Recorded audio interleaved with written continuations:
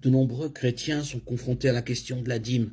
Dans certaines églises, on accorde trop d'importance à la générosité. En même temps, de nombreux chrétiens refusent de se soumettre aux exhortations bibliques concernant les offrandes au Seigneur.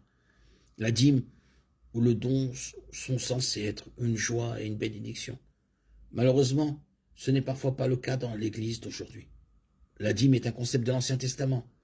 Elle est une exigence de la loi selon laquelle les Israélites devaient donner 10% des récoltes qu'ils cultivaient, du bétail qu'ils élevaient au tabernacle. Lévitique 27-30, Nombre 18-26, Deutéronome 14-24, 2 Chroniques 31-5.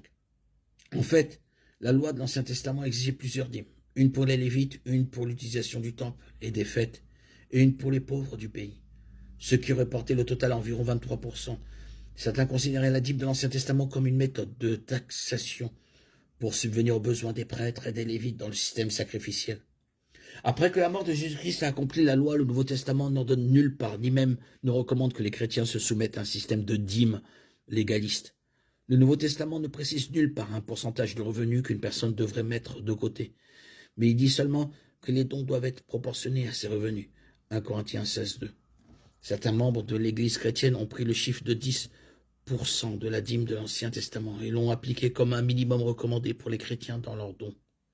Bien qu'aucune dîme ne soit exigée du chrétien, le Nouveau Testament parle de l'importance et des avantages de donner. Nous devons donner selon nos capacités. Parfois, cela signifie donner plus de 10%. Parfois, cela peut signifier donner moins. Tout dépend des capacités du chrétien et des besoins du corps de Christ. Chaque chrétien doit prier avec diligence et rechercher la sagesse de Dieu en la matière. Jacques 1,5.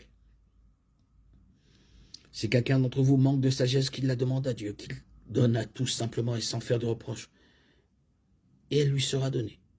Par-dessus tout, les offrandes doivent être faites avec des motifs purs et une attitude d'adoration envers Dieu et de service envers le corps de Christ.